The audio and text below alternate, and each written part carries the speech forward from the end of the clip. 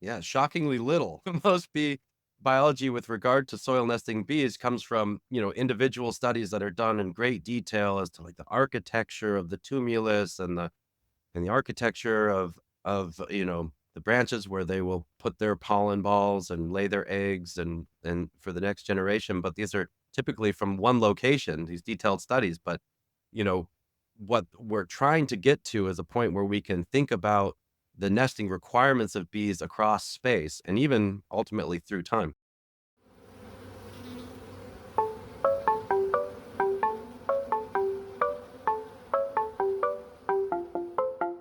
From the Oregon State University Extension Service, this is Pollination, a podcast that tells the stories of researchers, land managers, and people like you who are making bold strides to improve the health of pollinators. I'm your host, Dr. Adoni Malathopoulos, Associate Professor of Pollinator Health in the Department of Horticulture. Most bee species build nests in small tunnels in the ground that they excavate themselves. And although we're gradually learning more about where these bee species are found by observing them as they visit flowers, we're still at the starting point when it comes to knowing much about their ground nesting biology. Basic things like what kinds of soils do different bee species prefer, when does nesting begin and end, and what's the lifespan of these nesting spots over consecutive generations remains largely a mystery.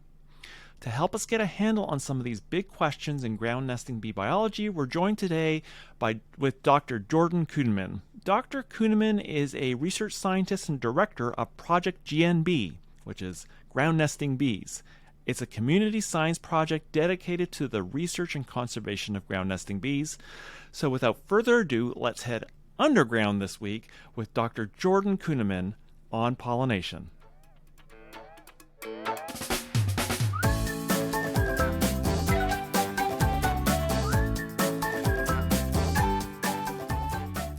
Welcome to Pollination. Hey there, good to see you, and thank you for inviting me on. Well, to set things up, can you describe in broad strokes how bees nest in the ground? Oh, well, they nest in the ground little by little. So, in broad strokes, there's a few things that we want people to know is that, most bees are solitary.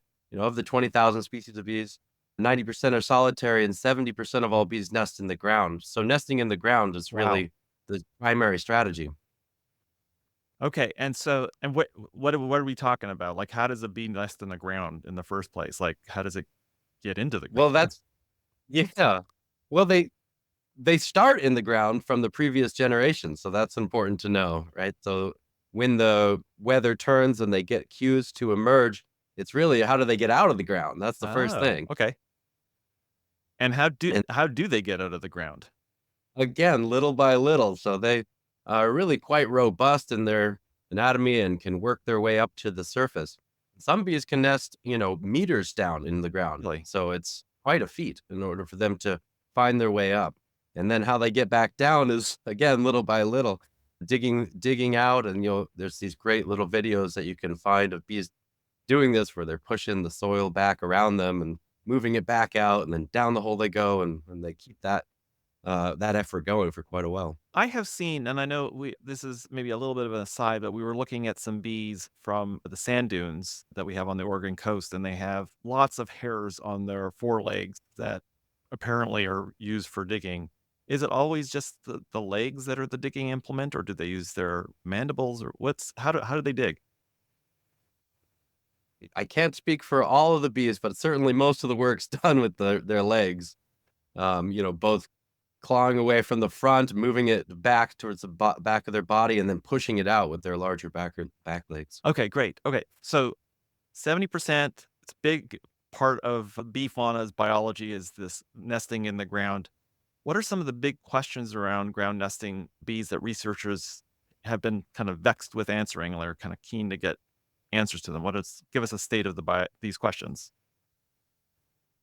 Well, mostly people have been studying bees from the context of flowers, right? Observing them and catching them and penning them and studying their biology. So there's always been this missing element, which is where do these bees nest? And they can nest in truly solitary, or one bee, one hole in one location, but they can also form aggregations. And a lot of bees will form these very large aggregations. So generations after generations will come back to the same nesting area in a biological phenomena known as natal philopatry. They'll come back to that same place where they were Huh. born, indicates it's a good place, potentially a good place for them to pass on to the next generation. And those aggregations can grow into up to millions of individuals. Oh, is that right? Okay, so there are these that's great. I'm one of those researchers who spends most of the time looking at bees on flowers.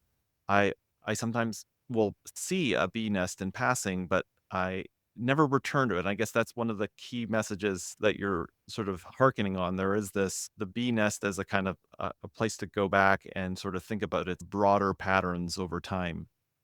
Yeah, and what a unique, attribute of bees, the fact that you can go back to that same place day after day and find those bees again, same place year after year and find them again. And so you learn their patterns and their behaviors, and you can start to learn what to expect from a aggregation.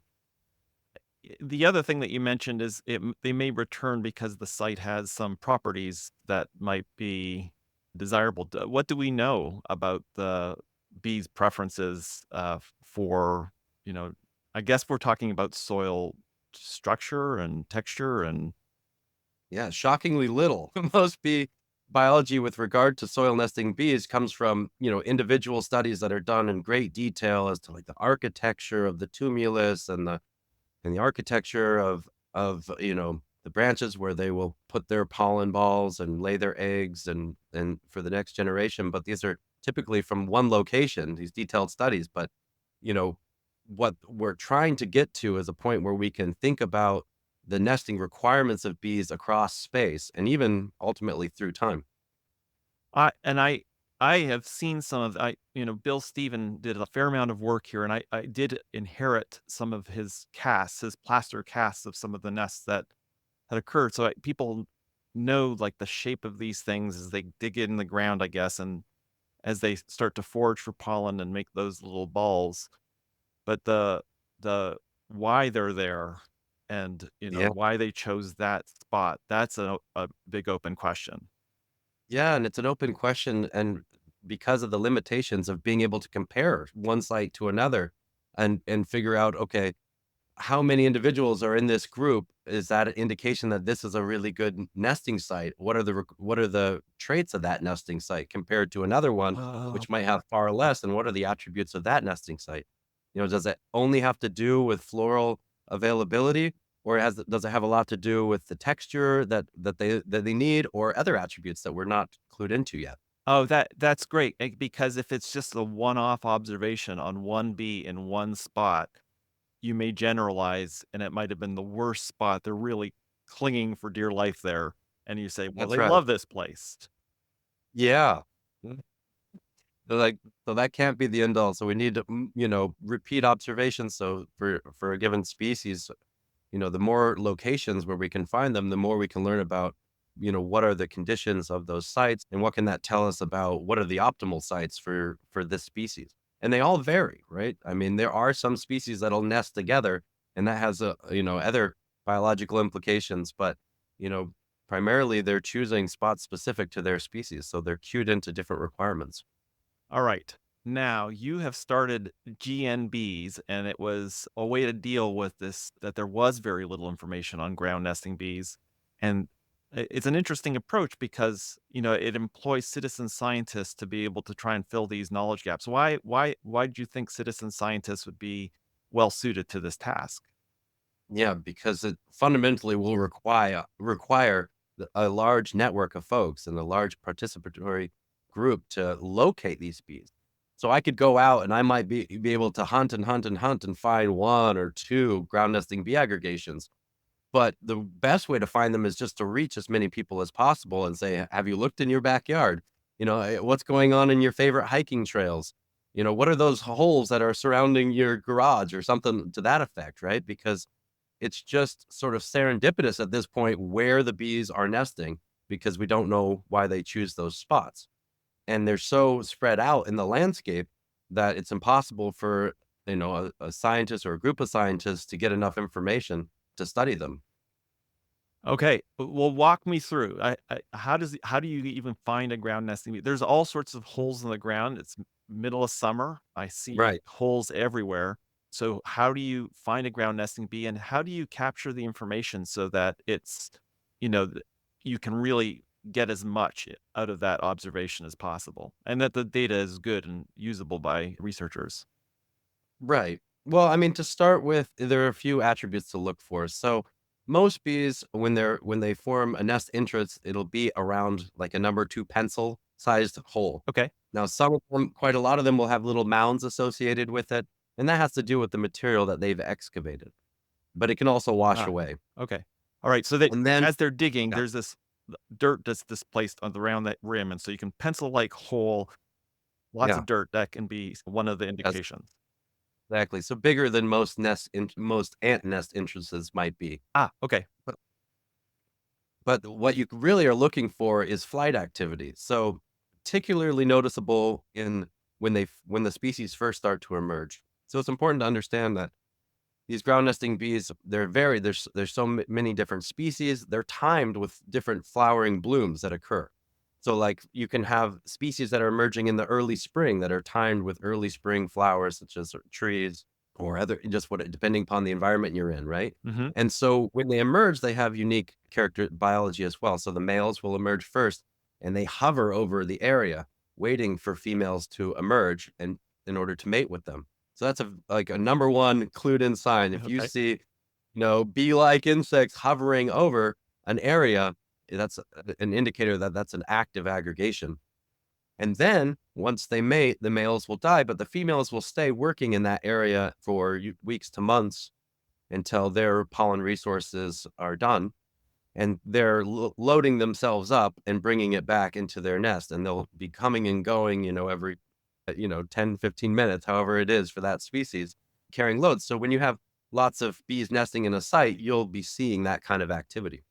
What do you do when you go for a walk? I imagine your eyes are darting here, there, thither, whither. So tell us a little bit about like what do you look when you're walking down in a natural area? What are you looking for? What perks your eye up and makes you walk over a little bit for a closer inspection?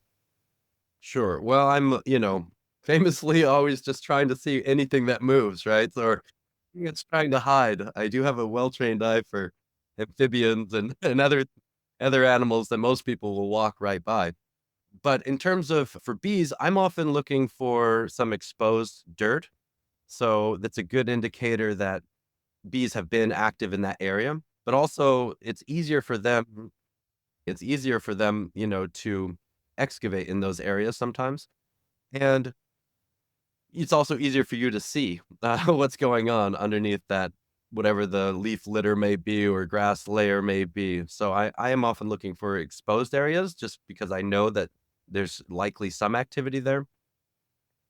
But again, looking for those telltale signs that I mentioned, these little mounds of dirt, number two size pencil holes, and any sort of hovering activity that looks like it could be a bee. Okay, so you see this. Now, how do you using the platform that you've developed in iNaturals for GNBees, how does somebody capture this information in a way that's meaningful? Yeah, so I mean, iNaturalist makes it really easy, right? I mean, when I started this project, I wasn't even sure how we were gonna, run this platform, and it's like, okay, it's don't reinvent this part of the wheel. This works very well.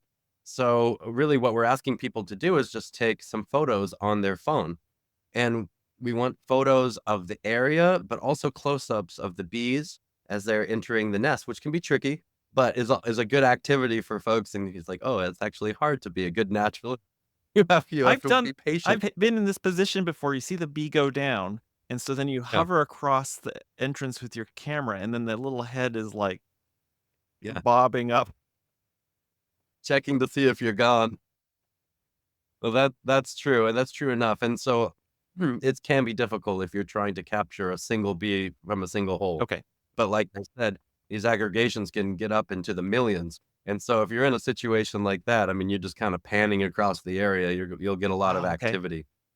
And then there are other tricks, like, if we're just trying to figure out if you're really interested, I mean, you could put a little Dixie cup over it, and sometimes the bee will come back over the whole nest entrance. Sometimes the bee will come back and start trying to, figure out how to get back into where it wants to go, and that you could capture photos sometimes that way. Oh, Or if they're coming out, they get trapped inside and you can kind of photograph them as they're trying to leave. But there's other ways, and I really like encouraging people to use videography as well because you can screen grab from videos, so they can actually help you get an in focus shot, oh, perfect. and Yeah. and then if it's a active aggregation and there's a lot of movement going on. These slow mo videos on people's phones are really quite remarkable as well.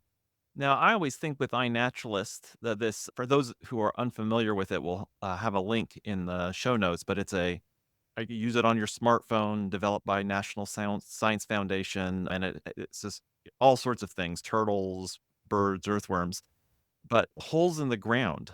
How does iNaturalist deal with holes in the ground? So they really do require a bee to be present Okay. in order for it to sort of easily populate. You can, specify what it is, but it's always better to start with a bee near a nest entrance or the bee itself and then the nest entrance. You can combine these. It's not like you can only upload one photo. You can upload a whole group of them. So, and we strongly encourage people to do that because we not only want to see the bee up close, so we can at least get to the bee genus, but in terms of our identifications, sometimes it's not possible to do the species just from a photograph, but sometimes it is if we know the bee in the region.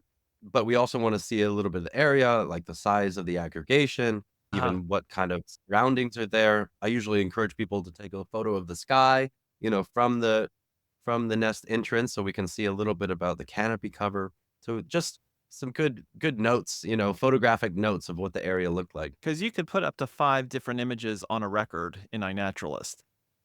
Yeah, you must be able to. There's quite a few on there. Okay, so how does it get associated with this project? Because so I take a picture of a bee and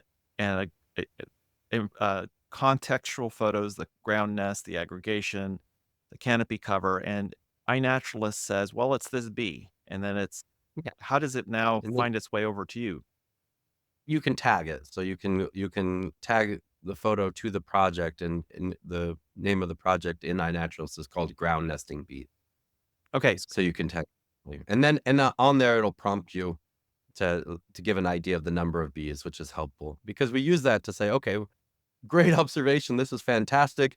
Please go back and make another observation next season, or we'd really love it if you could give us a little bit more information about it. And so we use those records to communicate with the photographer, people adding photos, the participants, oh, so this is in order for more information, some back and forth that goes on. oh, yeah, so this is great. So if you're, an amateur naturalist and you're working and you're become real interested, you started, reading about native bees and you make this observation, you may be recruited to do subsequent observations, be able to kind of, like, formulate some questions around what you're looking at.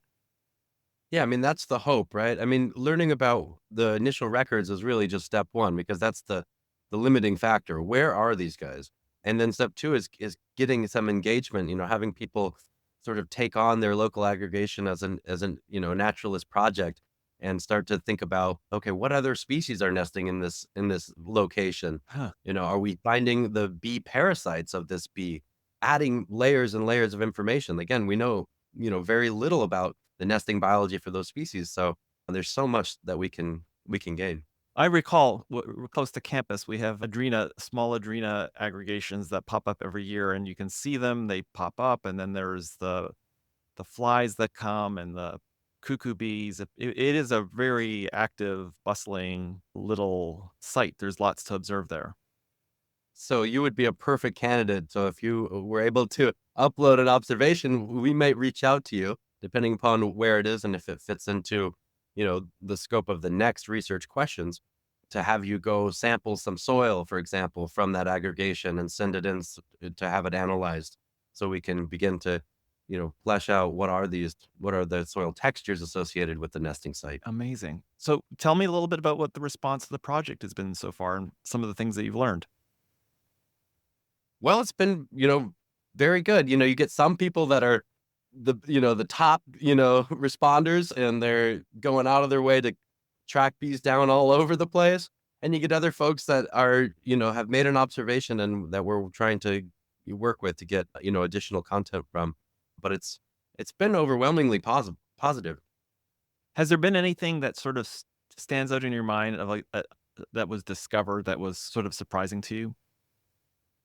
Well, we're still in the very initial stages of trying to turn observations into, you know, answering unknown Uh-huh. questions. And there is, time that's needed in order to amass enough observations of a particular kind in order to extract data and then to, find out some new and interesting things about their biology. But yeah, I mean, there's so many different things. I mean, for example, the number of species nesting within an aggregation, I think people have really come to grips with. You see these aggregations and you're like, oh, it's this species of bee. But if you look carefully, I mean, there can be 3, 4, or more different species of bees nesting in that same Is that site. right? Yeah, so we're Ah, learning a bit about that, and we're learning a bit about, darn. always when if you go in more detail and you're getting down to the level of brood cell, we learn a lot about, the parasites that associate with those brood cells, learn a lot about how they position them, the depth that they're nesting at. I mean, just really, there's so much that can be learned from studying these sites. Well, okay, so it sounds real easy to get involved. You get iNaturalist on your smartphone, you take an image, and then you tag GNBees, and that's really how you get signed up? Yeah, you can tag the project on iNaturalist. It's called ground nesting bee. And that's really how you make, your first observations. And then from there, we're encouraging people to, like I said, become sort of advocates for their local aggregations because it's special and people don't know that. I met somebody in North Carolina that thought, they had an infestation going on Oh, yeah. or something, and I was like, "No, actually, this is a really special location." He's like, "Well, I just let them be," and it's like, "Well, thank you, I'm glad that you do that." But other people might not be so open-minded to have their yard turned into the land of bee turrets, for a month out of the year. I have to tell you, there is here you may know this, but you may not. Well, way over here in the Pacific Northwest, there's a school, Sable Elementary School, whose mascot is called the ticklebee because they have ground nesting Andrena on their school grounds, and they've just adopted it as the mascot. Yeah. I We're mean, gonna that's I'm gonna wonderful. send this episode to them directly, and we're gonna get that on the chart there. See, that's wonderful, and this is another example of if people can, get feedback that it is a special, biological observation that they have, that they can be, the stewards of those bees for that area. Then it lends itself to folks really wanting to advocate for them and protect them, or at least, maintain the management that they've done in the past that it's allowed them to thrive there. And that's what it's all about.